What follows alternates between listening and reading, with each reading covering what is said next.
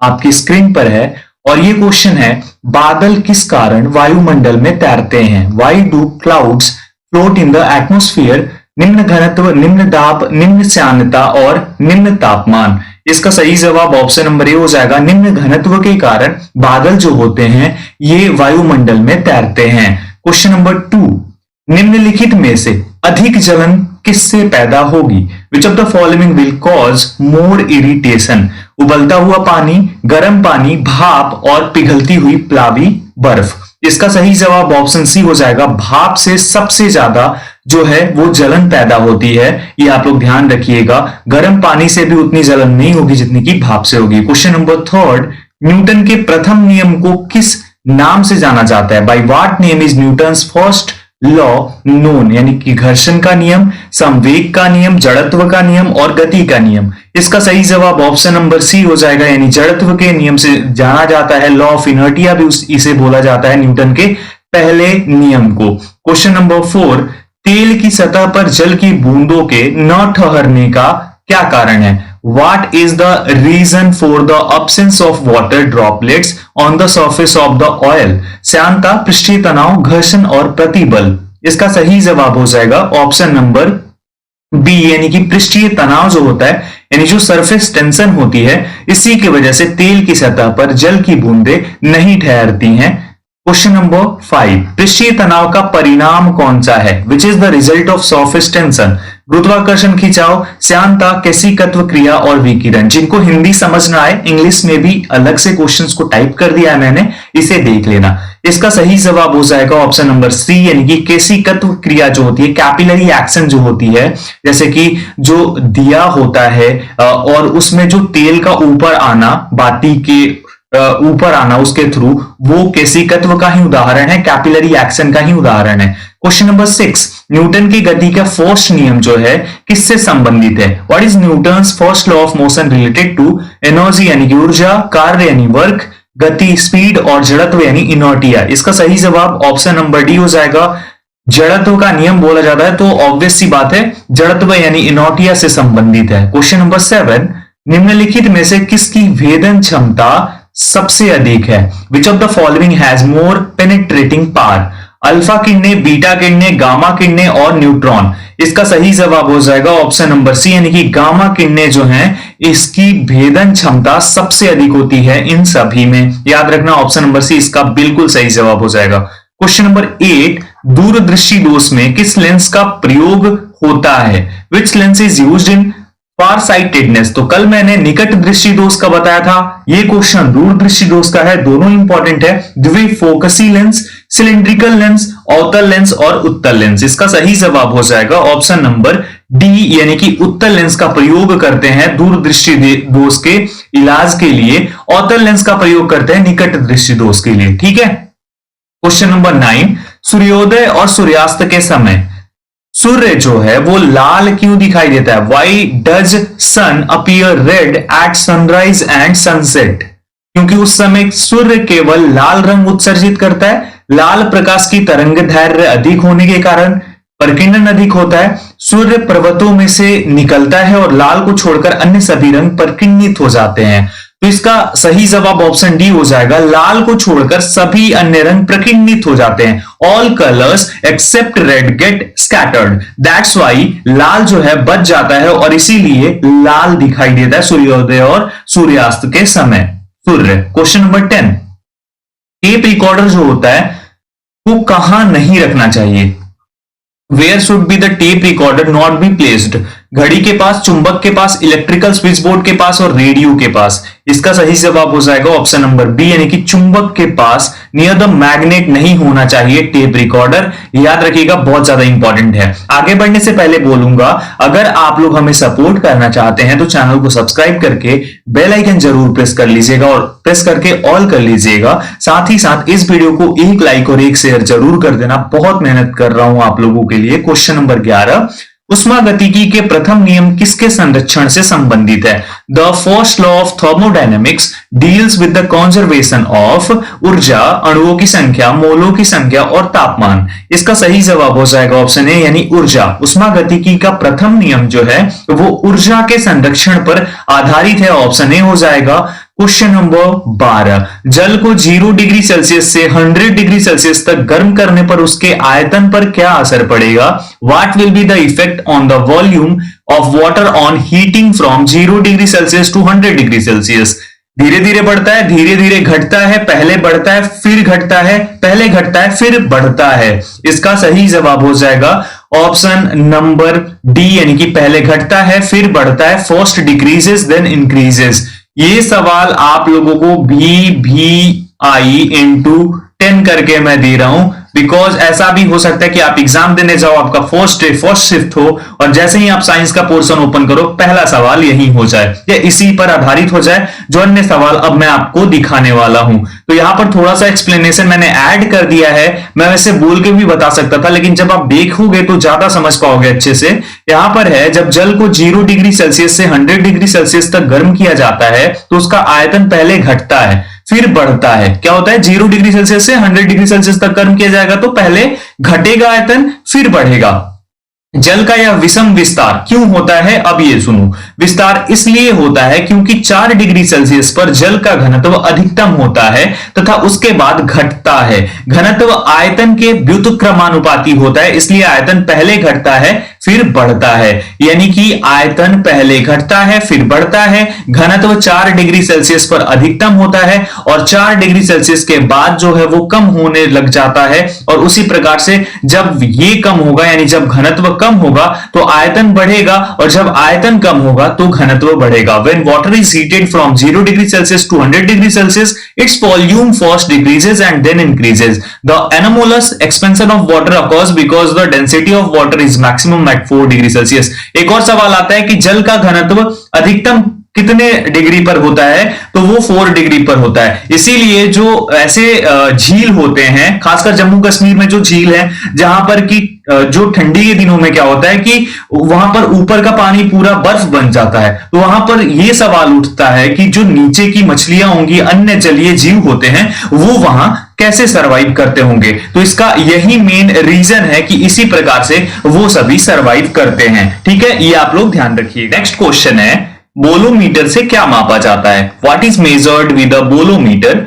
आवृत्ति, तापमान, वेग और तरंग दैर्ध्य। इसका सही जवाब हो जाएगा क्वेश्चन नंबर 13 का ऑप्शन नंबर ए, यानी कि आवृत्ति को मापा जाता है, फ्रीक्वेंसी को मापा जाता है।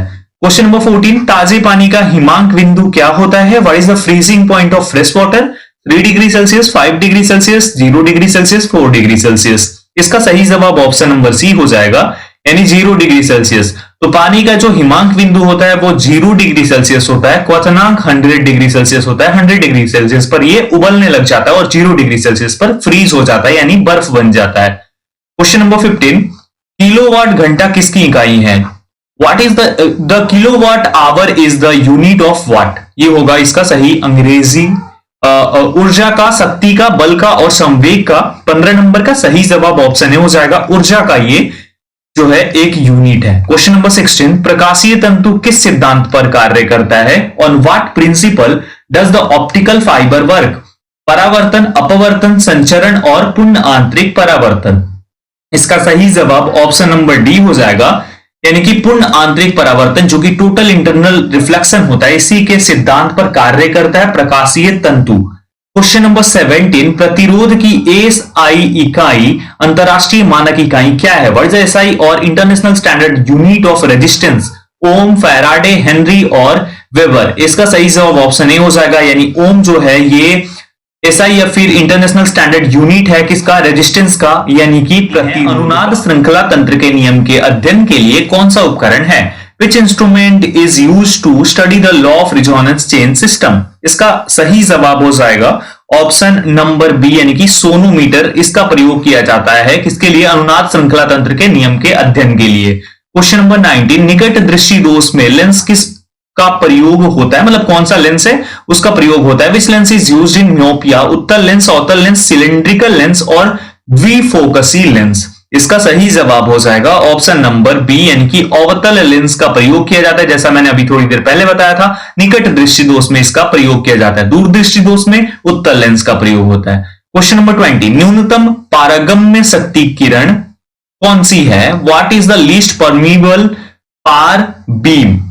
ठीक है, इसका सही जवाब क्या हो जाएगा? अल्फा किरण, बीटा, गामा और एक्स किरण। इसका सही जवाब ऑप्शन नंबर ए हो जाएगा। अल्फा किरण जो है ये न्यूनतम पारगम्य शक्ति किरण है। क्वेश्चन नंबर 21, स्थिर तरंग किसके द्वारा उत्पन्न होती है? The stationary wave produced by which of the following? इसका 21 नंबर का सही जवाब क्या होगा?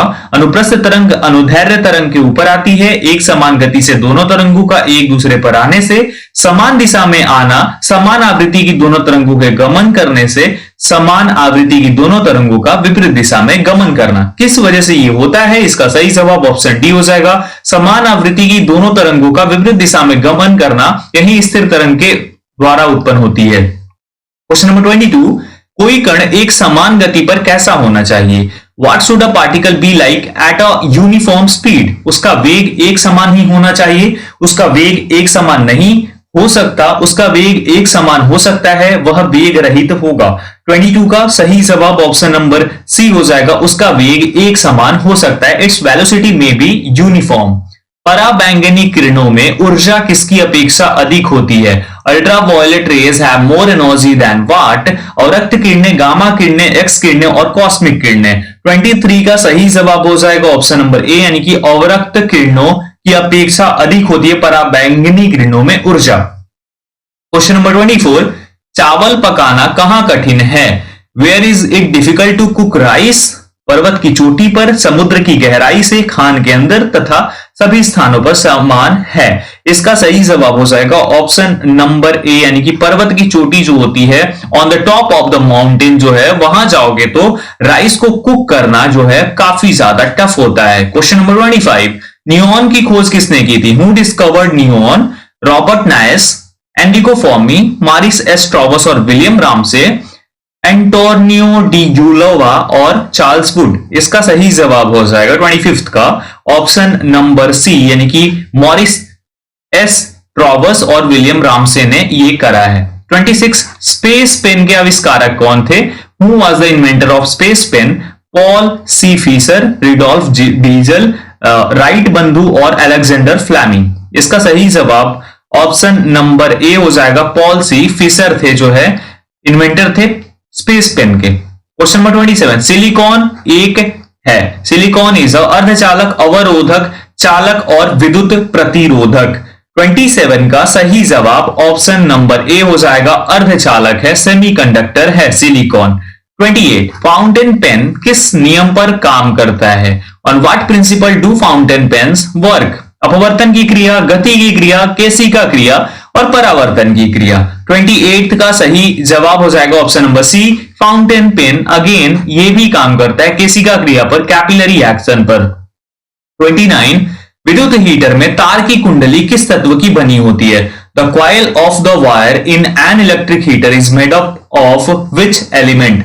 टंगस्टन, नाइक्रोम, कांसा और इस्पात। इसका सही जवाब 29 का हो जाएगा ऑप्शन नंबर बी, यानी कि नाइक्रोम का बना होता है कॉइल जो होता है किसमें? विद्युत हीटर में। क्वेश्चन नंबर 30, भोजन की ऊर्जा किसमें मापी जाती है? The energy of food is measured in what? Kelvin, joule, calorie और सेल्सियस। इसका सही जवाब ऑप्शन नंबर सी हो जाएगा। कैलोरीज में मापी जाती है जो भोजन की ऊर्जा होती है। क्वेश्चन नंबर 31 आपकी स्क्रीन पर, किसी वस्तु का प्रतिबिंब रेटिना पर कितने सेकंड तक बनता है? यह आपको बताना है कि किसी वस्तु का प्रतिबिंब रेटिना पर कितने सेकंड तक बनता है। For how many seconds does the image of an object remains on the retina?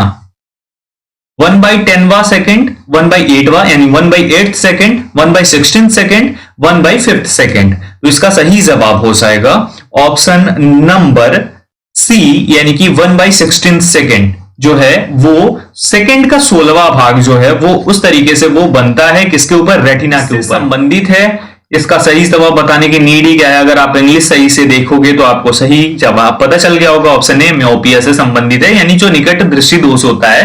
Question number 33, रेलगाड़ियों में डायनेमोमीटर कार का प्रयोग किस लिए होता है? What is the use of dynamometer car in trains? Dining सुविधा के लिए, सैनिक उद्देश्य के लिए, पर्यटकों के लिए और पटरियों की अवस्था रिकॉर्ड करने के लिए। ऑप्शन डी हो जाएगा। पटरियां जो है उनकी अवस्था रिकॉर्ड करने के लिए, ट्रैक करने के लिए, उनका स्टेट क्या है, उनकी कंडीशन क्या है, डायनेमोमीटर कार का प्रयोग होता है। 34 रेल की पटरी किस धातु की बनी होती है? Which metal is the railway track made up of?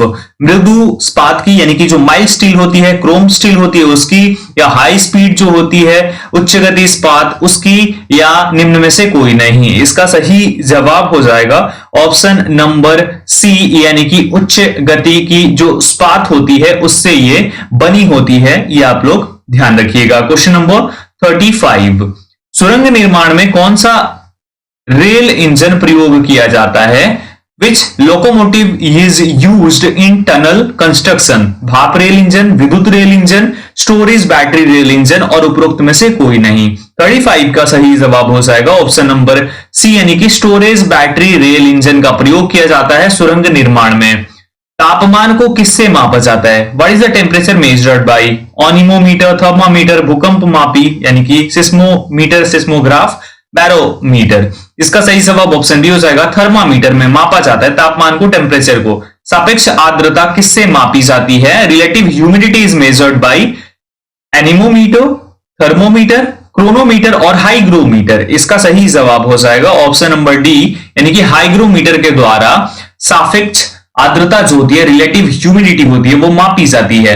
38 पराबैंगनी किरणों की खोज किसने की थी? Who discovered ultraviolet rays? Rutherford, Johann Wilhelm Ritter, Wilhelm Herschel और ऑगस्ट काम्टे। इसका सही जवाब हो जाएगा क्वेश्चन नंबर 38 का ऑप्शन नंबर बी यानी कि जोहान विल्हेम रिटर, जिन्होंने की पराबैंगनी किरणों की खोज की थी। 39 रिमोट कंट्रोल का आविष्कार किसने किया था? Who invented the remote control? Nikola Tesla, Robert Adler, Eugene Polley और स्टीव वोजनाक। इसका सही जवाब हो जाएगा 39 का ऑप्शन नंबर ए यानी कि निकोला टेस्ला ने रिमोट कंट्रोल का आविष्कार करा। 40 दो वस्तुओं के बीच कोणीय दूरी किससे मापा जाता है?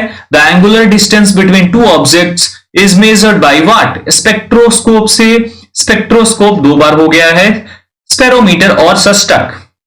इसका सही जवाब हो जाएगा ऑप्शन नंबर डी यानी कि सस्टक जो सेक्सटेंट होता है, इसके द्वारा दो वस्तुओं के बीच कोणीय दूरी को मापा जाता है। एंगुलर डिस्टेंस होती है टू ऑब्जेक्ट्स के बीच, उसे मेजर करा जाता है। 41 लेकिन उससे पहले अगर आपने चैनल को सब्सक्राइब नहीं किया तो सब्सक्राइब कर लेना और बेल आइकन प्रेस करके ऑल कर लेना और शेयर जरूर कर देना वीडियो को। हवा की एनीमोमीटर, टैकोमीटर, बैरोमीटर और भूकंप मापी। इसका सही जवाब एनीमोमीटर हो जाएगा। क्वेश्चन नंबर 42 प्रकाश के वेग को किसने मापा था यानी सबसे पहले किसने मापा था? Who measure the speed of light for the first time? Romer, Newton, Galileo और आइंस्टाइन। इसका सही जवाब हो जाएगा ऑप्शन नंबर ए यानी कि रोमर ने सबसे पहले इसे मापा था। क्वेश्चन नंबर 43 जब किसी धातु को गर्म किया जाता है तो इसका प्रतिरोध क्या होता है भाई? When a metal is heated its resistance घट जाता है, बढ़ जाता है, या फिर उसके बाद अगर बात करें तो बढ़ सकता है या घट सकता है, नियत रहता है। इसका सही जवाब हो जाएगा क्वेश्चन नंबर 43 का ऑप्शन नंबर बी यानी कि बढ़ जाता है। जब किसी धातु को गर्म किया जाता है तो इसका प्रतिरोध बढ़ जाता है। सापेक्ष आर्द्रता किससे मापी जाती है? Relative humidity is measured by, एक बार फिर से आपको सही जवाब बता दो, 44 का ऑप्शन डी हो जाएगा, हाइग्रोमीटर से मापी जाती है सापेक्ष आर्द्रता। क्वेश्चन नंबर 45 इलेक्ट्रिक लैंप का आविष्कार किसने किया? Who invented the electric lamp? Ford ने, मार्कोनी ने, एडिसन ने और इनमें से कोई नहीं। 45 का सही जवाब ऑप्शन सी हो जाएगा, एडिसन ने जो है वो इन्वेंट करा था इलेक्ट्रिक लैंप को। 46 द्रव तापमापी की अपेक्षा गैस तापमापी अधिक संवेदी होता है क्योंकि gas thermometer are more sensitive than liquid thermometers because gases द्रव की अपेक्षा अधिक प्रसार करती हैं, द्रव की अपेक्षा कम प्रसार करती हैं, अधिक मात्रा में फैलती हैं और कम मात्रा में फैलती हैं। इसका सही जवाब हो जाएगा ऑप्शन नंबर ए यानी कि जो गैस है वो द्रव की अपेक्षा अधिक प्रसार करती हैं, वो एक्सपेंड ज्यादा होती हैं, इसीलिए द्रव तापमापी की अपेक्षा गैस तापमापी अधिक संवेदी होता है, यानी कि ये ज्यादा सेंसिटिव होता है। क्वेश्चन नंबर 47 है सर्वोत्तम उष्मा सुचालक कौन सा है? Which is the best heat conductor? पारद यानी कि जो मरकरी होता है पारा, वो उष्मा, गति या गोले। इसका सही जवाब 47 का हो जाएगा ऑप्शन नंबर ए यानी कि पारद। पारा यानी मरकरी जो है वो सर्वोत्तम उष्मा चालक है, ये आप लोग ध्यान रखिएगा। क्वेश्चन नंबर 48 ऑटोमोबाइलों यानी मोटर कारों में हाइड्रोलिक ब्रेकों के कार्यकरण पर कौन सा नियम लागू होता है? Which rule applies to the working of hydraulic brakes in automobiles और मोटर कार्स? उष्मा का नियम, पास्कल नियम, आवेश का नियम और गति का नियम। क्वेश्चन नंबर 48 का सही जवाब ऑप्शन बी हो जाएगा। पास्कल का जो नियम है, पास्कल्स लॉ जो है, ये यूज होता है ऑटोमोबाइलों में हाइड्रोलिक ब्रेकों के कार्य कारण पे। क्वेश्चन नंबर 49, बस में ड्राइवर के पास लगा दर्पण कौन सा है? वो होता है which is the mirror placed near the driver in the bus. यानी जो साइड मिरर होता है किसी भी गाड़ी में, बस ही नहीं किसी भी गाड़ी में, उत्तल दर्पण, सामान्य दर्पण, अवतल दर्पण और कैमरा। इसका सही जवाब 49 का हो जाएगा ऑप्शन नंबर ए, यानी कि उत्तल दर्पण का प्रयोग किया जाता है बस में ड्राइवर के पास लगी जो साइड मिरर होती है उसमें। क्वेश्चन नंबर 50, हीरे की चमक का क्या कारण है? What is the reason for the shine of diamond? प्रकाश का बाहरी परावर्तन, प्रकाश का आंतरिक परावर्तन, बहुलित आंतरिक परावर्तन और बहुलित बाहरी परावर्तन। क्वेश्चन नंबर 50 का सही जवाब ऑप्शन नंबर बी हो जाएगा, प्रकाश का आंतरिक परावर्तन। यही रीजन है साइन ऑफ डायमंड का, उसका बाहरी परावर्तन होता है प्रकाश का, इसलिए हीरा इतना चमकता है, चमकदार होता है। तो ये 50 क्वेश्चंस थे आज के हमारे टॉप मोस्ट इंपॉर्टेंट, जो हमेशा रिपीट होते हैं। होप आप लोगों ने इस वीडियो को ध्यान से देखा होगा, बहुत कुछ सीखा होगा। अगर आपको ये वीडियो वाकई अच्छी लगी है तो वीडियो को सबसे पहले तो लाइक कर देना है अगर आपने अभी तक नहीं किया है, और चैनल को सब्सक्राइब नहीं किया है तो लाइक करने के बाद चैनल को सब्सक्राइब कीजिए। सब्सक्राइब कर लिया तो बेल आइकन को प्रेस कीजिए, वो कर लिया तो ऑल कर दीजिए ताकि सभी वीडियोस का नोटिफिकेशन मिल सके, और वो भी कर दिया तो एक शेयर जरूर कर दीजिए आपके पास ग्रुप हो या किसी के पास जिनको ये नीड हो इन क्वेश्चंस की, उनके पास। उसके बाद सबसे लास्ट में आपको क्या करना है, ये study with Abhishek Telegram channel है, study with Abhishek doubt solving group है और इंडियन नेवी स्पेशल ग्रुप है। इन तीनों को टेलीग्राम पर जाकर के लिंक डिस्क्रिप्शन में है, वहां से ज्वाइन कर लेना है।